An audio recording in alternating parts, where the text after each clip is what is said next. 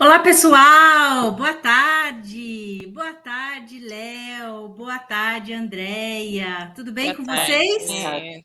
Tudo bem? Ah, Tudo boa ótimo. tarde. Então, tá bom. Boa tarde ao pessoal que já está aqui conosco. Hoje nós estamos começando mais cedo. Falei que eu estou até achando estranho falar boa tarde, não boa noite. Para quem não me conhece, eu sou a Camille, sou a coordenadora editorial aqui do Saúde em Contexto, sou médica, trabalho com pesquisa clínica há mais de 20 anos, não vou nem falar exatamente o número de anos, para eu continuar aparecendo assim com 35. E eu estou aqui com a Léo e com a Andréia. Vou deixar para vocês se apresentarem. Boa noite ao pessoal, sempre assíduo que está aqui já nos acompanhando hoje mais cedo. Vamos lá. Léo e Andréia, se apresentem, por favor. Ok, boa noite, pessoal. Então, meu nome é Leonice Bock. Eu sou fisioterapeuta. Eu moro aqui nos Estados Unidos desde 2014. Eu trabalhei uma parte, por um tempo, como fisioterapeuta e mais tarde eu fui apresentada para esse mercado da pesquisa clínica, fiz a transição e, e é isso. Eu vou adorar estar aqui com vocês hoje e motivar vocês para o próximo passo. Bom, Legal. eu sou Andréia Prestes, eu moro aqui em Portugal já faz quase 6 anos, vivo em Lisboa, iniciei a carreira, estou igual a Camille, não posso contar quantos anos estou na pesquisa, que entrega, mas estou há mais de 20 anos trabalhando na pesquisa clínica e, bem, eu sou nutricionista, minha formação é essa, eu trabalhei alguns anos como nutricionista e depois migrei para o mercado da pesquisa, já trabalhei em farmacêuticas, já trabalhei em várias CROs. Hoje em dia trabalho numa CRO e essa sou eu, um prazer estar aqui, obrigada pelo convite e também espero contribuir aí para motivar vocês a tomarem uma decisão, quem sabe, de uma carreira internacional. Legal, muito bom. Que bacana. Bacana saber que você é nutricionista, Andréia. Você inspira outras nutricionistas, né? Eu sempre brinco que os e as fisioterapeutas e os nutricionistas, as nutricionistas, são um grupo de profissionais da saúde que eles são um pouco tímidos em relação à pesquisa clínica, né? E existe muita oportunidade para todos os profissionais na área da saúde e até alguns de fora da área da saúde, sem dúvida. Muito bem, e aí, esse pessoal lindo aqui que está nos acompanhando, queria que vocês dissessem de onde vocês estão falando.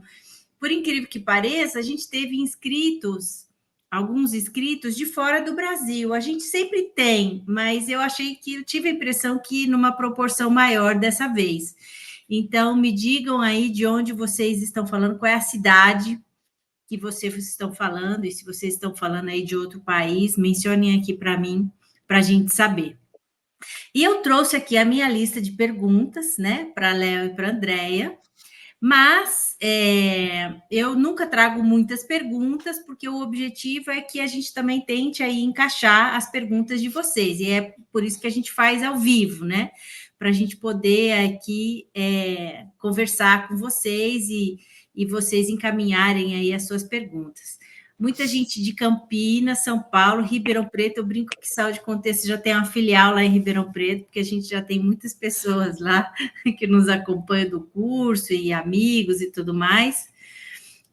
Normalmente, a maior parte das pessoas que nos acompanham são da região sudeste e sul do país, mas a gente tem crescido na região nordeste, um pouco menos no centro-oeste e norte, e sempre também tem, bom, aqui a gente não tem, nesse momento, aparentemente, ninguém de fora do Brasil. Daqui a pouco o pessoal aparece, então. Muito bom. E hoje, antes de eu começar as nossas perguntas, a gente sempre faz um sorteio, né? Porque é uma forma da gente prestigiar as pessoas que estão nos prestigiando aqui ao vivo. Lógico, se você não pode assistir ao vivo, às vezes a gente tem outros compromissos, não dá. A gente sempre deixa para você poder assistir depois. Mas, a fim de prestigiar o pessoal que está aqui ao vivo, nós vamos fazer 2 sorteios hoje. E vai ser um mega sorteio, porque é para prestigiar as nossas convidadas especiais. Então, nós vamos sortear 2 livros. Nós vamos sortear o Manual de Pesquisa Clínica da Renata Bendt, a terceira edição, que está fresquinha, foi atualizada agora no finalzinho de 2023. E nós vamos sortear também o Desenvolvimento de Medicamentos no Brasil, que é um livro que é editado por mim, que a gente fala da evolução e cenário atual. Então, é um kit. A gente vai sortear 2 kits, mas a condição é que 2 condições. Precisa estar aqui, nos acompanhando ao vivo, o sorteio é no final da live, e para concorrer, precisa fazer comentários, tá? Então, as pessoas que fizerem comentários vão participar aí do sorteio desses 2 kits que a gente vai fazer mais ao final da live. Perfeito. Então, informações já compartilhadas, vamos em frente. Gabriela, já vamos começar então a fazer vibrações. Faça os comentários que você tem muita chance de ganhar. Bom, então eu vou começar aqui com a minha primeira pergunta. Eu queria que vocês contassem para a gente como é que foi esse passo a passo para vocês conquistarem essa carreira internacional na pesquisa clínica. O que aconteceu aí na vida de vocês? O que despertou? E uma vez que vocês tiveram, né, essa vontade de seguir para uma carreira internacional, ou às vezes o universo ajudou, né? Como é que foi? O que aconteceu? Contem para a gente. Eu estava ouvindo você fazendo a pergunta e estava pensando, eu gostaria muito de poder falar que foi tudo planejado e que um dia... Não, gente, não foi nada planejado. Não houve um planejamento, mas talvez por uma característica minha ou pelo fato de ter nascido no interior do Rio Grande do Sul, as dificuldades sempre foram muitas. Então, eu acho que eu acostumei desde cedo a me dedicar muito, porque eu entendi que se eu fosse mediana, eu não ia chegar onde eu queria, apesar de não saber exatamente onde eu queria chegar. Então, então, por exemplo, eu comecei a estudar inglês, porque o inglês que eu tive no colégio não foi suficiente, acho que como praticamente todos nós do Brasil, sem saber se realmente eu ia precisar saber falar inglês. Eu comecei um mestrado sem saber exatamente se aquele mestrado ia, né, trazer digamos, algum recurso para mim no futuro. Então, assim, toda oportunidade que eu tive para melhorar, para crescer profissionalmente, eu aproveitei. Também me cerquei de pessoas ótimas que me aconselharam, me deram dicas e que me apresentaram, de certa forma, ao mundo da pesquisa. Uma delas está presente, Camille, que fizemos o curso juntas, inclusive, de Fizemos pesquisa. juntas, O curso da Grace.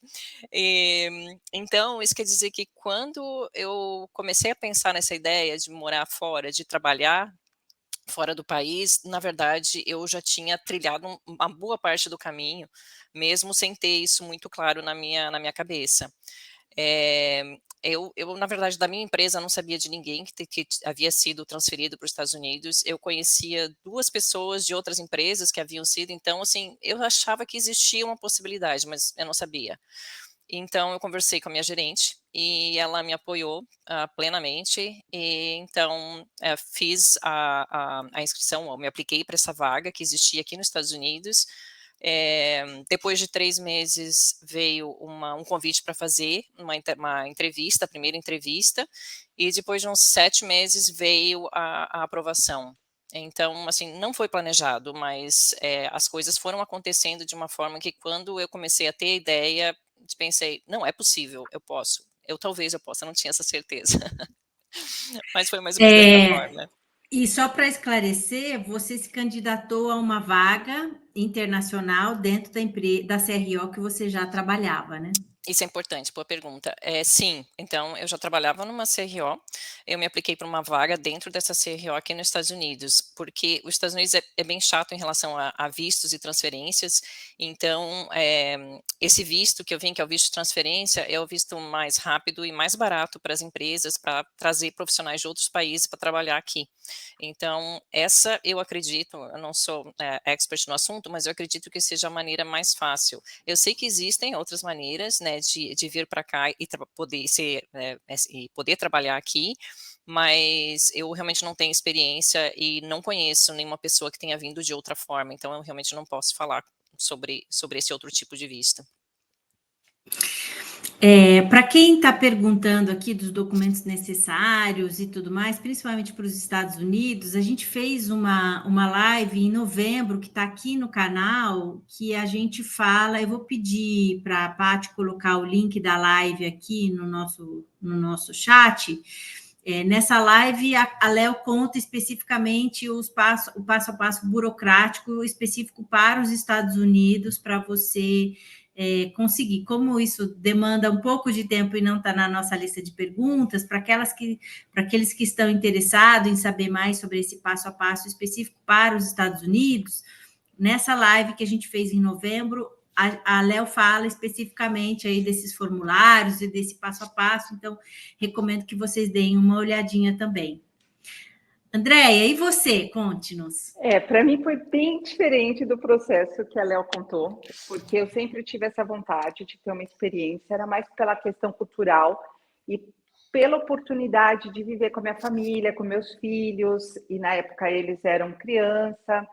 E, bem, eu comecei a me aplicar e ver na empresa que eu trabalhava na época também era uma CRO, só que era uma CRO bem fechada em relação de transferir as pessoas.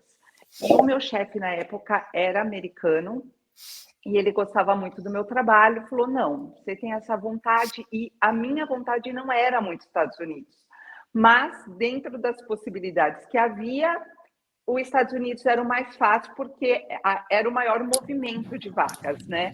E aí ele falou, não, eu vou te ajudar. Daí cheguei a fazer uma entrevista e nesse interim ele se aposentou.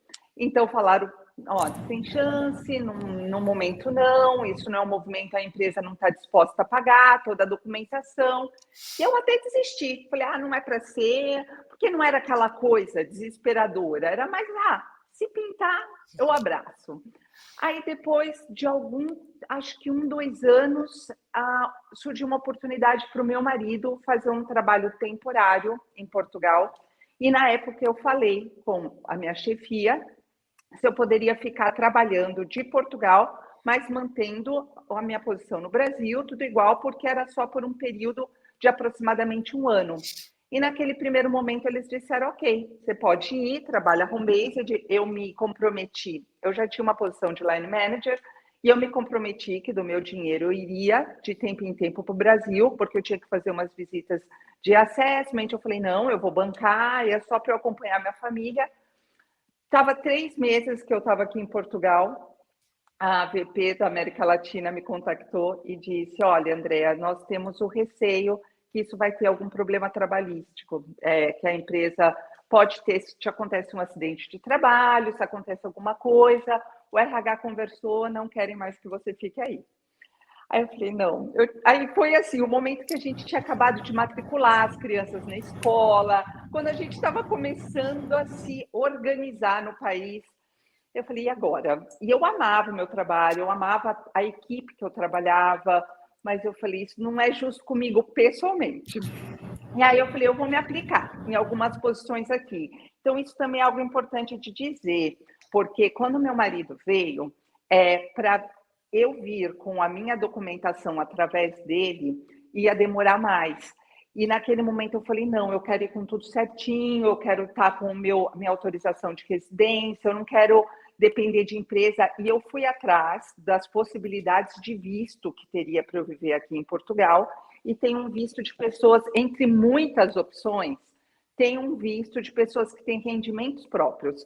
Então, eu provei para o consulado que eu tinha rendimentos, que eu ia deixar minha casa alugada, que eu tinha um trabalho no Brasil e que eu não ia pedir esmola na rua, que eu vinha com condições, que é um tipo de visto que chama D7, que muitos aposentados pedem. São pessoas que têm rendimento no Brasil e aí saiu esse visto muito rapidamente, e esse visto dá permissão de trabalhar em Portugal. No momento que eu comecei a me aplicar em vagas aqui, que me pediram para voltar, eu falei, eu vou me aplicar. Se me chamarem, é sinal que eu tenho que ficar aqui. E foi assim, ó. Você deixa o universo te ajudar. Exato. E aí surgiram muitas oportunidades, muitas empresas, fiz muitas entrevistas, mas foi em questão de uns 2 meses eu tinha 3 ofertas na mão, assim, para Que decidir em qual legal, empresa que que eu ia legal. trabalhar. E aí eu me desliguei da empresa do Brasil e naquele momento decidi definitivamente mudar para cá. Muito bom.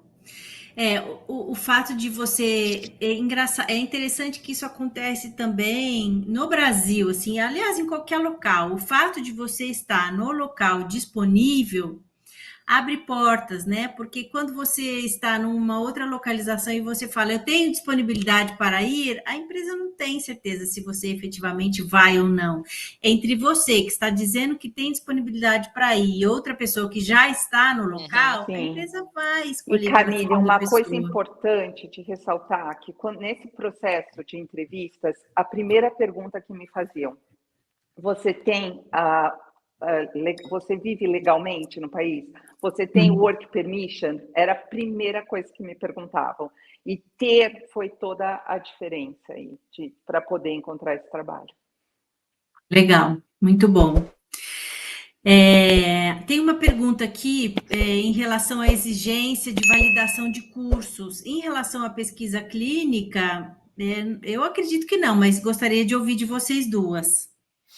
Não, no meu caso. Não, não, também não, apesar de eu ter fornecido cópia de tudo que eu tinha, todos os cursos, graduação, pós-graduação, eu acredito que a pós-graduação, o mestrado, sim, porque aqui o governo americano ele precisa provar, aliás, a empresa precisa provar para o governo americano que esse é um profissional acima da média, capacitado e que é necessário nos Estados Unidos e por isso ele precisa trazer esse profissional para trabalhar aqui.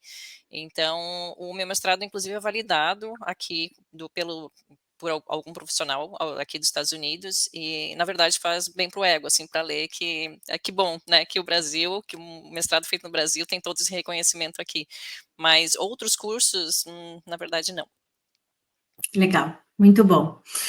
É, na visão de vocês, comentem com a gente sobre o que vocês acham que são os principais benefícios da carreira internacional na pesquisa clínica.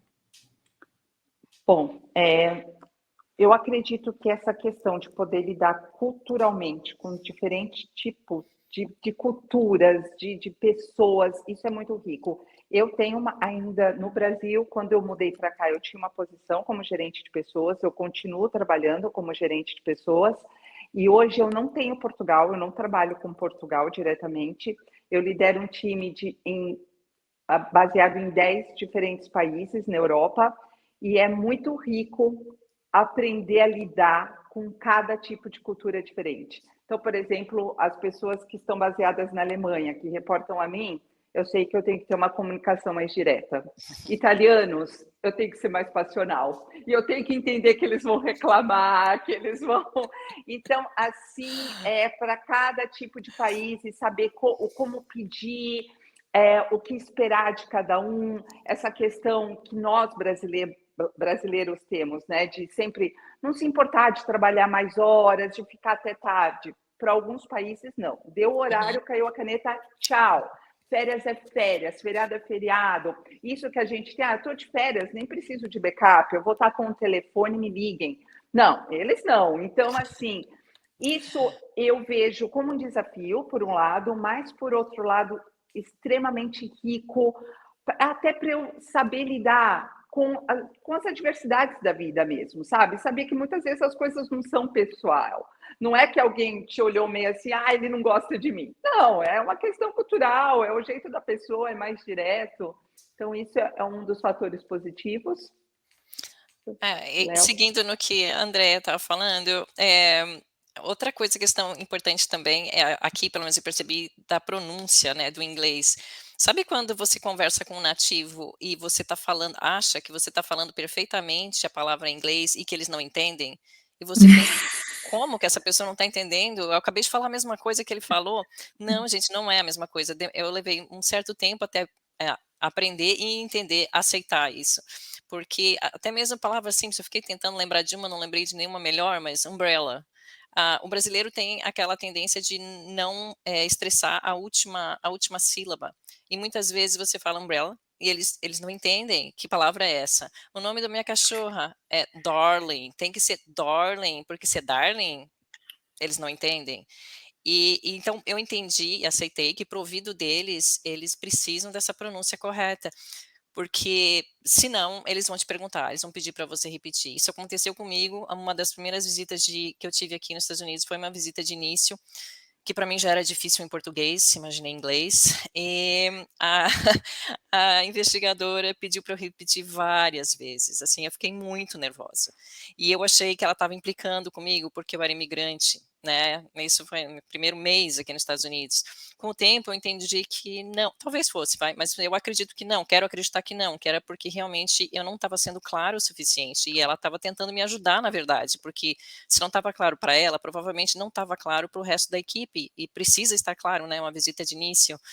Então, com o tempo, a gente aprende isso e, na verdade, é uma questão, se tiver algum fonoaudiólogo na audiência, é uma questão de musculatura, de treino, é como você ir na academia, é treino da musculatura. Para falar português, você usa de uma certa forma, musculatura para falar inglês de outra. Bom, enfim, aprendi com o tempo essa.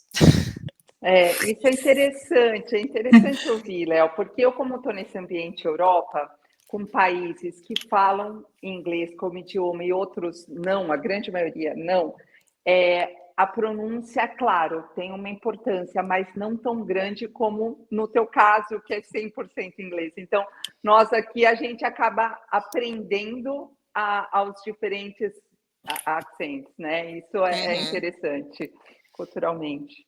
Bom, seguindo aí nas vantagens, o que eu poderia falar também é a oportunidade de desenvolvimento de carreira, né? Eu acho que isso, esse ponto do inglês, claro, desenvolver o idioma, mas também o desenvolvimento da bagagem, que você aprende tendo essa exposição fora. Eu hoje, se eu voltasse ao Brasil, eu seria uma profissional completamente diferente daquela que saiu 6 anos atrás, que eu já tinha uma carreira bem sucedida, eu já recebia muito feedback positivo, mas hoje eu acho que eu seria uma profissional melhor, em termos até como lidar com o meu time, pensando nesse lado de gerenciamento de pessoas, saber entender melhor as diferenças. Eu creio que isso também contribui muito. E eu não sei, André, se você também sentiu isso, a questão de você ser obrigado a ser autônomo e independente, porque o trabalho em equipe é diferente. O brasileiro trabalha muito junto, nós somos um time, vamos nos ajudar. As pessoas trocam experiências, trocam conhecimento com uma facilidade muito grande. E eu acredito que aqui as pessoas são muito mais competitivas no mercado, e então não existe essa troca tão intensa quanto no Brasil. Então, você é obrigado a aprender a trabalhar sozinho, a procurar suas respostas por você mesmo, porque se você esperar pelo outro, talvez você nunca tenha essa resposta. Eu acho que até talvez por isso que brasileiros se destaquem tanto no mercado Exato, internacional, porque nós exato, realmente temos isso, essa vontade de ajudar, de contribuir, colaborar mesmo com exato, conhecimento, e eu acho que isso acaba sendo um ponto a mais para nós. concordo. Muito bom. Mais algum benefício que vocês gostariam de citar ou vamos passar para os desafios? Acho que eu tenho só mais um para fechar. Ainda em relação à autonomia, não só profissional como pessoal, né? Porque quando você tem uma rede de apoio muito boa, quando você tem família e vizinhos e amigos que podem te socorrer no momento que você precisa, isso faz muita diferença. E chegando aqui você não vai ter isso, então você vai ser obrigado a se virar sozinho, né? Tomar conta dos seus problemas, você vai tomar conta da sua casa. Eu conheço pessoas que aprenderam a cozinhar, limpar a casa, etc., quando vieram para cá. E no final das contas, isso vai nos tornar, né, pessoas melhores, vai nos tornar mais independentes e mais capazes. Então, como a Andrea falou, se a gente voltasse para o Brasil hoje, nós não somos as mesmas pessoas que nós saímos, porque tudo isso, né, todas essas dificuldades que não são impossíveis, são apenas dificuldades, né, desafios que a gente passou, contribuíram de alguma forma para quem nós somos hoje, e se a gente voltasse, nós certamente iríamos contribuir com o mercado, com as pessoas e com a empresa, com tudo isso que a gente aprendeu até agora. Quer complementar alguma coisa? Eu creio que a oportunidade pessoal também e para a família. Eu vejo o quanto essa experiência que o mercado de trabalho, que a minha profissão me deu em permanecer, porque no fim das contas nós viemos para cá com essa oportunidade a princípio do meu marido, e no fim dele foi realmente temporário, e nós ficamos devido ao meu trabalho na pesquisa. E eu vejo que para os meus filhos foi algo tão incrível. Então, de uma maneira geral, assim, eu só vejo... É claro, não é fácil, nós vamos falar, acredito, aí dos desafios, mas, numa maneira geral, são muitos aspectos positivos aí dessa experiência. Muito bom. Então, vamos passar para os desafios. Vamos lá, que o pessoal colocou, que são relacionadas à documentação, processos, passo a passo, né? Eu vou colocar aqui, daqui uns minutinhos, o link da live onde a gente fala mais sobre isso, mas eu vou pedir também para o pessoal administrativo colocar aqui o link do LinkedIn da André e da Léo, porque aí vocês podem também encaminhar dúvidas específicas para elas, né? Elas podem aí responder num segundo momento. Então, eu vou colocar aqui o link do LinkedIn das duas e vou colocar também o link dessa live onde a gente fala mais especificamente desse processo, passo a passo, referente aos Estados Unidos. Mais desafios que vocês gostariam de comentar? Sim, eu vim para cá como monitora, né? Então eu já era monitora no Brasil, eu fui monitora em São Paulo, fui monitora regional em Porto Alegre, e a vida de monitora aqui nos Estados Unidos é um pouco mais complexa, pela questão de logística, né? O país é muito grande, para você voar de costa a costa são 6 horas, tem 3 horas de fuso horário. Geralmente as empresas contratam você para ser regional, mas assim como acontece no Brasil, vai existir um momento em que você vai ser solicitado a fazer uma visita que é fora da sua região. Além disso, culturalmente é um pouco diferente, porque, por exemplo, tem alguns centros aqui nos Estados Unidos que não veem com bons olhos que você saia para almoçar no horário de almoço. Você contratou 5, 6 horas de monitoria, de visita de monitoria, e você precisa trabalhar durante essas 6 horas de visita. Então, eles não veem com bons olhos se chegar no meio da visita você resolver tirar uma hora de almoço. Também houve um centro em que, para eu ir ao banheiro, eu precisava chamar a coordenadora. Ela destrancava a porta onde eu estava fazendo a monitoria e me acompanhava até o banheiro, porque era um centro muito importante, que atendia pessoas famosas, e eles tinham receio de confidencialidade. Não me diga como que eu ia chegar no prontuário do Brad Pitt, mas enfim, né? Acredito que era esse o receio. Mas, assim, é cultura, é uma questão de adaptação, de ser resiliente, se adaptar e fazer o seu trabalho. É isso. Sim, essa questão cultural realmente, para mim, eu acho que é o que mais pesa nos desafios, principalmente no início. Eu lembro que o primeiro trabalho, que eu já mudei de trabalho aí nesses 6 anos algumas vezes, mas o primeiro que eu arrumei, que foi quando eu deixei o trabalho do Brasil, era uma vaga office-based. Então, eu tinha que ir ao escritório, e eu lembro que no meu primeiro dia eu fui, e assim, eu era gerente de pessoas, eu achei que até o próprio time que ia reportar para mim ia querer se aproximar de mim, ia querer ser simpático.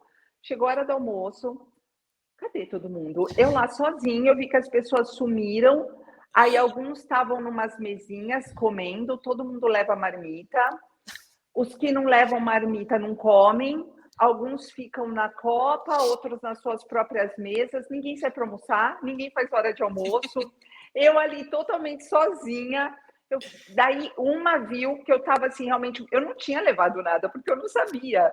Daí ela falou, vamos lá, eu desço com você e te mostro os lugares que tem para almoçar.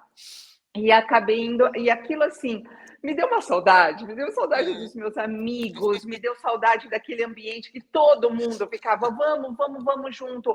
Então são coisas pequenas, que muitas vezes quem olha fala, perto de uma oportunidade, o que é ter alguém para almoçar? Mas É verdade. Pesa Aham. bastante no dia a dia, aquela conversinha da copa que você passa e fala uma coisinha aqui, outra lá.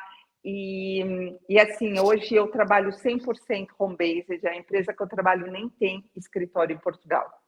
E Portugal tem um mercado de pesquisa muito pequeno. Portugal é do tamanho da Paraíba. Então, assim, imagina o número de centros de pesquisa comparado ao Brasil, comparado aos Estados Unidos. Então, não tem tanta... Algumas CROs nem têm escritório em Portugal. Tem atividades, tem a empresa aberta, mas a gente tem um link com a Espanha. Então, eu sinto muita falta de interagir com pessoas e isso é um desafio grande. Uhum. Legal, muito interessante. Mais algum desafio? Hum, ah, Interessante que vocês trouxeram que a questão cultural é um benefício, mas também é um é, desafio. Exato. eu acho que é Interessante. principalmente isso que a André falou de sentir falta das pequenas coisas e das pessoas.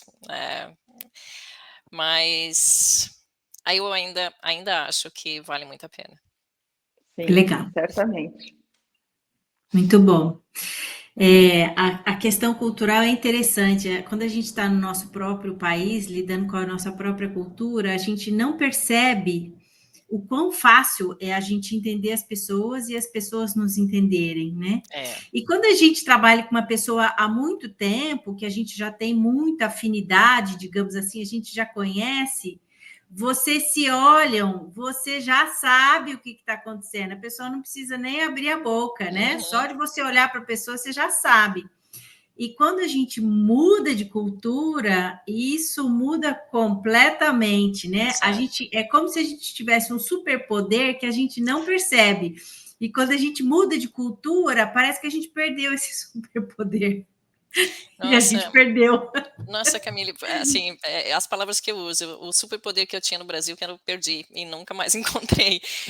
Tinha Mas um você centro, tem outros, né? eu Você lembro de um tem outros. centro em Porto Alegre que era um centro difícil, com uma investigadora difícil, e a minha gerente pediu para eu acompanhar uma outra monitora nesse centro porque eu conseguia as coisas dessa investigadora. Eu não sei explicar porquê, nossa conversa começava pelo sapato, que lindo, e a senhora precisa assinar esse memo, e é assim. Então, Eu parece acho que eu que. sei.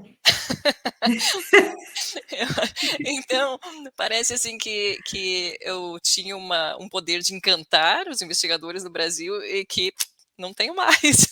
Não descobri ainda o meu É. caminho para isso, vamos dizer assim. Não, você é muito firme, muito direta. A hora que você fala, faz isso, a gente obedece. Legal, Camille.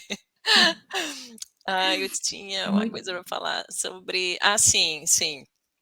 É, de adaptação aqui nos Estados Unidos, a questão cultural, né, das diferenças que a gente estava conversando.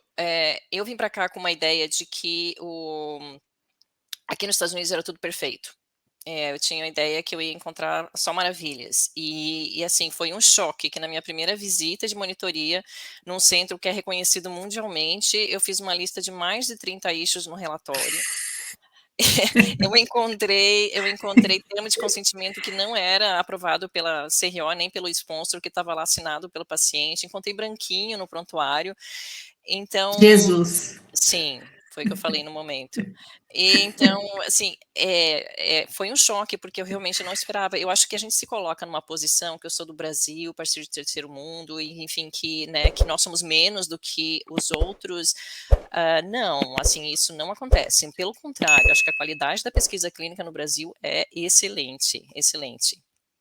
Sim, e até pegando um gancho disso, eu como gerente de pessoas, eu também tinha a impressão que muitas vezes o brasileiro é muito melindroso, tudo faz um drama, que muitas vezes faz um pouco de corpo mole. A Uhum, gente tem essa impressão, o jeitinho brasileiro, mas é aquilo que eu falei lá no começo, o quanto a gente se destaca no mercado de trabalho uhum, internacional. Porque hoje eu vejo a qualidade do profissional brasileiro é a grande maioria. Não que eu não tenha pessoas boas que trabalhem na minha equipe, mas eu vou lhe dizer que são muitos os desafios que eu tenho pensando aí nesse contato de profissional em termos de treinamento, de flexibilidade. E a questão cultural, é claro que influencia, porque até essa maneira de responder, de falar não, não vou fazer, sem rodeios, porque às vezes o brasileiro vai lá e fala, vou fazer sim, mas não faz nada, e aqui eles já falam não, mas, por outro lado, eu vejo o quanto a gente está disposto a fazer acontecer, abraçar uma iniciativa nova, e aqui não querem. Até por essa questão também, que eu vejo que o brasileiro ele tem muito essa questão de crescimento de carreira, de querer uma promoção, um cargo, e aqui não, eles estão bem, muitos querem aposentar como CRAs, por exemplo, não tem vontade de ser gerente, está tudo bem, eles ficam bem com aquilo, o que um lado é bom, que quando você tem uma posição de line manager é difícil, a pessoa quero promoção, então é mais fácil, mas, por outro lado, para você trabalhar no desenvolvimento daquela pessoa é muito desafiador. E é uma questão cultural também, é completamente diferente. Exato. Muito interessante, muito bom. Fala, Léo. Tem até a questão do clima, Camila, é engraçado, logo quando eu mudei para cá, disso de adaptação, eu lembro que eu achava muito maluco as pessoas começarem a trabalhar 10 da manhã e ficam no escritório até 7, 8 da noite, preferem ficar até mais tarde, porque é o frio, né? A própria escola, a escola começa às 8h30 da manhã, sendo que aí meus filhos eu levava para a escola às 7 da manhã, aqui é 8h30.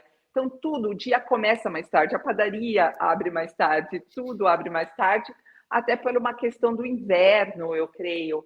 Então, são detalhes que você vai se adaptando, vai entendendo como funciona. Porque eu lembro que eu cheguei nesse trabalho que eu era office-based, 7h30 da manhã eu estava lá, não tinha uma alma no escritório. O pessoal foi começar a chegar e eu sou uma pessoa diurna, eu sou mais elétrica de manhã. E eu vou ter, ou eu mudo meu estilo aqui, ou não vai ter jeito, porque eu não vou interagir com ninguém. Exatamente isso que eu vi aqui. Eu também sempre era a primeira a chegar nos centros, a coordenadora chegando e eu chegando junto, ou já estava lá esperando ela para começar aqui. Mas um receio que eu tinha também antes de vir é de que, pelo fato de ser imigrante, por falar com sotaque, que eu não seria tão bem recebida nos centros de pesquisa. E eu entendi que não importa, porque a coordenadora é de outro país, pode ser indiana, os outros monitores que estão lá também não são americanos, então tem muitos imigrantes aqui. Então essa questão de você não falar o inglês perfeito e de você ser de outro país, na verdade não é tão relevante assim. Porém, é relevante sim você chegar no horário marcado, né? 15 minutos antes é o horário marcado. O horário marcado, se você chegar na hora marcada, você já está atrasado. Então, assim, são esses pequenos detalhes que você tem que conquistar a confiança deles, né, de que você é capaz, você está lá fazendo o seu trabalho, você sabe fazer o seu trabalho, e você vai cumprir com aquilo que você prometeu. Eles vão ser simpáticos, muito simpáticos, eles vão comentar sobre o clima, vão comentar sobre, não sei, a chuva, ou o jogo de futebol, qualquer coisa, mas eles não querem ser seus amigos, eles não querem que você conte a sua vida para eles. Então, eles são amigáveis, mas eles não são amigos. E para brasileiro, às vezes, é complicado, porque a gente entende, nós somos amigos de todo mundo, né? Todos são amigos. Então, e é comum isso para a gente, nossos colegas de trabalho são nossos amigos. E aqui o americano vai se sentir meio incomodado se você começar a falar qualquer assunto mais particular com ele, ou perguntar algum assunto mais particular. Mas, de novo, é só uma questão de tempo, você aprende e não é problema. Tem uma pergunta aqui interessante sobre como é que foi a entrevista de vocês e o processo de contratação, né? Se isso foi muito diferente do que seria esperado aqui no Brasil, de ter 2 etapas, a etapa do currículo e a etapa da entrevista, né?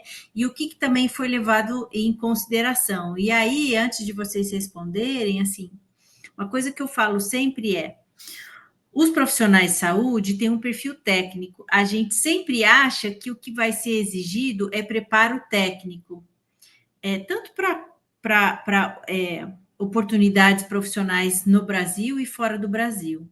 Mas uma coisa que a gente não tem muitas vezes a visão, e isso é muito importante, é muito valorizado pelo empregador, cada vez mais, são as habilidades comportamentais.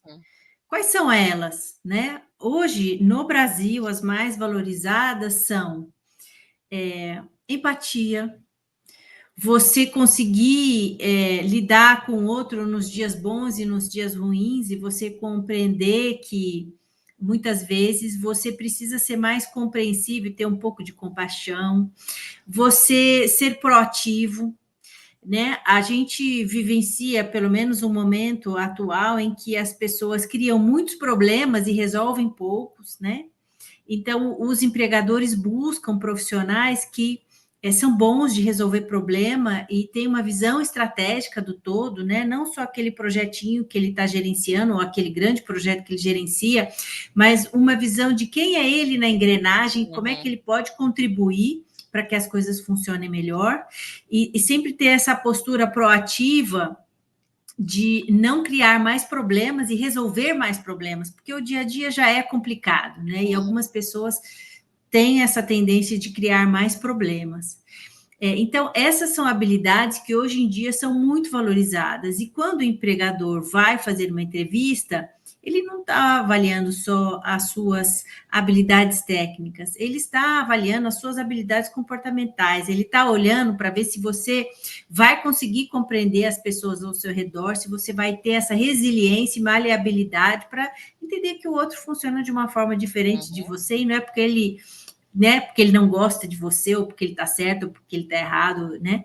E aí eu queria, né, depois de eu fazer esse preâmbulo, queria que vocês contassem o que é que foi levado em consideração na entrevista de vocês, ou no processo de contratação. Foi há muito tempo atrás e eu estava muito nervosa, mas eu vou tentar lembrar. Eu acho que foram 3 entrevistas. A primeira, eu acho que foi mais um esclarecimento do meu currículo, onde eu fiz o que eu fiz, foi uma coisa mais prática. A partir daí, foi a segunda entrevista foi mais isso, o que você faria neste caso?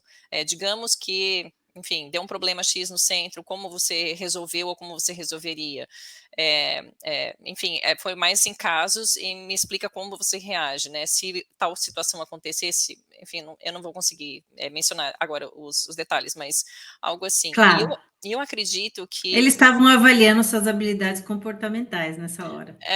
E na verdade eu acho que a última entrevista, eu acho que foi mais um bate-papo, para saber como era a minha comunicação. Então, eram outras pessoas que participaram da entrevista, 2 ou 3 pessoas. Uma delas é a minha gerente, que seria a minha gerente, né, aqui nos Estados Unidos, e foi mais um bate-papo sobre como que são as coisas aqui, o que você espera, e que eu acho que foi mais uma questão de avaliar, assim, é possível entender, é possível, elas conseguem se comunicar, mas eu posso te falar que não foi uma entrevista de trabalho diferente das outras entrevistas que eu havia sido feitas.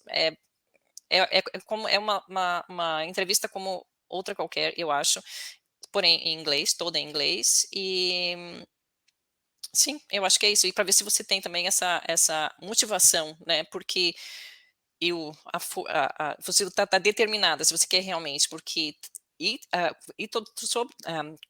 seguir todo esse processo de visto, a providenciar toda essa documentação, não é que é difícil, é só chato. Então você realmente tem que estar motivado para fazer todo o processo, porque imagina se eles fazem todo esse processo por você e depois de 6 meses, que mais ou menos é o que demora esse tipo de visto, você diz, na verdade eu não quero mais. Assim, né? Então eu acho que foi essa terceira entrevista, eu acredito que foi mais uma avaliação dessa parte. No meu caso, eu participei de vários processos, foram diferentes, cada empresa. Eu trabalhei aqui tanto como gerente de projetos, como para gerente de pessoas. No caso de gerente de projetos, 2 das empresas, 2, 3, a quais eu fiz o processo seletivo, me pediu um case, para eu desenvolver um case e fazer uma apresentação mesmo. Eles deram um tema, eles davam vários temas, eu tinha que escolher algum. Uma das empresas, eu me lembro, que eles me avisaram no início da entrevista, aí fechavam, me davam 10 minutos para desenvolver slides e tudo. E aí Caramba! eu tive que apresentar. Essa foi mais assim. E no final, Eu acho que foi mais por essa questão comportamental, para ver como eu lidava no estresse, do que propriamente a apresentação. Porque eu lembro que daí eu montei tudo rapidinho, e aí na hora que eu fui apresentar, eles nem detalharam muito, sabe? Eu acho que eles queriam ver se eu não entrava em pânico. Mas é o que a Léo disse, não mudou muito do que foi uma entrevista no Brasil. É claro, 100% em inglês, e aí é contar. Eu acho que cabe muito quando você está numa entrevista para uma posição num país novo, é você entrar com humildade para reconhecer que, por mais que você tem uma bagagem, você sabe muito e você tem que mostrar isso. Mas você tem que, muitas vezes, estar aberto, às vezes, dar um passo atrás. Se eles te fazem uma pergunta, por exemplo, eu tinha uma posição como gerente sênior no Brasil. Meu primeiro trabalho aqui, eu voltei atrás. Eu não fui contratada como sênior, porque eu nunca tinha trabalhado naquele ambiente Europa, com tantas pessoas de Europa reportando a mim. E eu aceitei, eles me perguntaram isso, se eu estava aberta, eu falei, estou aberta, eu estou num processo de aprendizado. Poucos meses depois, eu fui promovida. E foi assim, mas a entrevista em si, e hoje eu entrevisto muito, né? E eu posso confirmar, Camille, que o que você disse em relação à questão comportamental é o que eu mais vejo no processo seletivo. Eu entrevisto pessoas na Europa inteira, e o quanto as habilidades técnicas são, sim, importantes, até porque os clientes pedem isso, muitas vezes eles pedem X anos de experiência em algumas áreas terapêuticas, é importante. Mas se você tem tudo isso e você não consegue lidar com algumas perguntas que a gente faz em relação a como lidar em situações desafiadoras com pessoas, assim, é uma lista de perguntas que a gente acaba fazendo durante o processo de entrevista, e que você realmente espera que aquela pessoa te dê alguma situação que ela viveu, como ela resolveu aquela situação, é o que a gente mais espera quando falando do lado do entrevistador e não da entrevistada. Interessante. Bom, e aí, a gente já está a 10 minutos aí do término da nossa live. Léo e Andréia, dicas de sucesso para os candidatos que querem conquistar uma carreira internacional. Que recomendações vocês deixariam para essas pessoas? Olha, eu parto do princípio de que se ninguém disse que você não pode, é porque o sim é possível. Então, assim, siga em frente. Sempre fazendo um pouco a mais, porque se você for mediano, vai ser mais difícil, então tenta sempre fazer um pouco mais, tenta se destacar. Uma conversa muito clara com o seu gerente, eu acho que é importantíssimo. Saber se a sua empresa também ela tem essa tradição de transferência internacional. Se não tiver, eu considero como um investimento, digamos que você consiga uma transição entre a empresa que você está, que não tem essa tradição em transferência, para uma empresa que tem. Se eu não estou enganado, você precisa de 1 ano nessa empresa, está trabalhando numa empresa americana fora dos Estados Unidos para você ter direito a esse visto, né, de transferência. Então, eu considero que 1 ano é um investimento. Nesse 1 ano, você conquista as pessoas, você mostra para todo mundo quão maravilhoso você é, não só para o seu time, né, sua equipe no Brasil, mas também para as pessoas no país que você tem interesse. Porque a gente nunca sabe quem vai ser promovido, quem vai estar lá em cima na hora de tomar a decisão por você. E às vezes, você pode até não acreditar, mas você pode ser a pessoa ideal para aquela vaga. Eu consegui uma vaga aqui nos Estados Unidos porque eu falava português. Eles precisavam de uma pessoa especificamente que falasse português e inglês morando aqui nos Estados Unidos. Então você nunca sabe quando a vaga foi desenhada para você. Então, né, converse com as pessoas e boa sorte. E deixe o universo te ajudar, né? Sim, exatamente. Mas indo um pouquinho até a mais disso que a Léo comentou, de se aplicar em vagas, ir atrás de uma empresa que te transfira, eu vou muito também do preceito que não espere só de uma empresa, busca, pesquisa. Existem muitos países que você tem como ir trabalhar, você tem como você mesmo ir atrás do seu próprio visto, como aconteceu comigo. Exato. Eu mesmo fui atrás do meu visto, eu mudei. Eu tenho vários países que eu sei que tem visto de estudante, que você pode se matricular em um curso, e aí é claro que para isso você precisa ter uma reserva financeira, né? Para você se bancar até você arrumar um trabalho. Mas existem muitos países hoje que têm essa questão da autorização de residência para nômades digitais, que você muda com o seu trabalho remoto e aí aqui você, de repente, consegue se realocar. Então, pesquisa o país que você quer mudar, onde que é seu sonho, se é Europa, se é Estados Unidos, se é algum outro país da América Latina, não sei. Vá atrás, pesquise sobre ele, pesquisa se você tem uma família, como vai ser a adaptação da sua família. Tudo isso é importante porque é uma decisão que tem que ser feita em conjunto, porque vai impactar na vida de todos, certamente. Essa questão também da humildade, de estar aberto, muitas vezes, dar um passo atrás. E hoje, se você tem esse plano para o seu futuro, eu acredito, se voluntaria para ajudar. Isso foi extremamente importante para mim nas entrevistas que eu fiz aqui. O fato de eu ter trabalhado com a Europa no passado, numa posição global, nas entrevistas, quando eu contava isso, enchia os olhos dos entrevistadores. Então, se você é CRA, mas a empresa não me dá oportunidade de monitorar em outros países. Se voluntaria para fazer monitoria remota para outros países. Isso pode parecer ridículo e você parar para pensar, no final o trabalho foi o mesmo, o relatório é o mesmo. Não, numa entrevista isso vai fazer muita diferença. Você trabalha com startup, se voluntaria, nem se for para ajudar os outros países a completar, a baixar documento no TMF, não sei. Se voluntaria, na hora que você for fazer entrevista com o entrevistador de fora, fala, eu tenho experiência assim com a Europa, eu tenho experiência assim com os Estados Unidos. Pode ter sido uma coisa pequena, mas você participou daquele environment, daquele outro mundo e você vai saber um pouquinho e vai contribuir. Muito bem, André. Muito bom, interessante isso, o trabalho voluntário e você se disponibilizar, né, e mostrar boa vontade e determinação fazem toda a diferença em qualquer lugar do mundo, né? Muito interessante isso, muito bom. Algumas pessoas, a Camila está pedindo para colocar aqui o contato do LinkedIn das meninas, a gente já colocar mais acima, tá? Então, tanto da Léo como da Andréia, o LinkedIn delas está aí para vocês se conectarem, tirar dúvidas adicionais. Algumas perguntas a gente não conseguiu responder aqui, mas nada impede de vocês continuarem aí essa conversa depois diretamente com elas e trocarem mensagens. E com certeza elas têm outras dicas poderosas aí para ajudar vocês nesse caminho. Esse é o objetivo também aqui da nossa live.